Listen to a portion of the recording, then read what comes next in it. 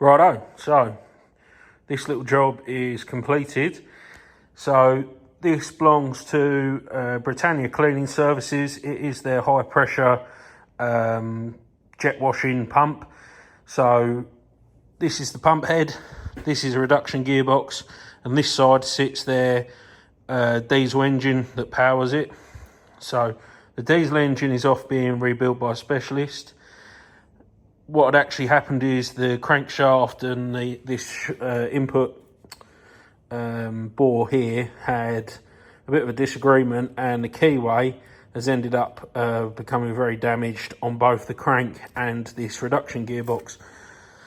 So the engine's having a new crank. This is having a whole new gearbox, which we have fitted. That's all been torqued up to spec.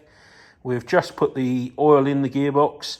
The UK supplier of this pump and gearbox combo recommends the Morris range. So we've gone with Morris EP80W90 for the reduction gearbox. You can use 220, ISO 220, but this is more widely available. You can get 80W90 any automotive sort of factors. So 0.28 litres exactly in there, brings you halfway up the window. The pump head takes the same oil as the engine, and again, the supplier recommends this Morris oil 10W40. 0.7 litres in there gives you exactly halfway up the dipstick. So less than a litre of oil used, roughly, and this is good to go. So that's the old unit there.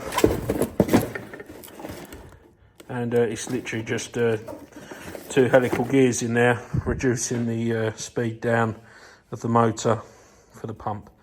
So it's had a little clean. It's all been new fluids, and when the engine is repaired, which should be next week, this will all go back together. The gearbox needs an oil change after the first 50 hours, and then at every 500 hours it needs a fluid level check, and then we'll probably drop the oil from all of these when the engine is due a service as well. There's another pump reduction gearbox engine to service next week as well, so we'll get a video of that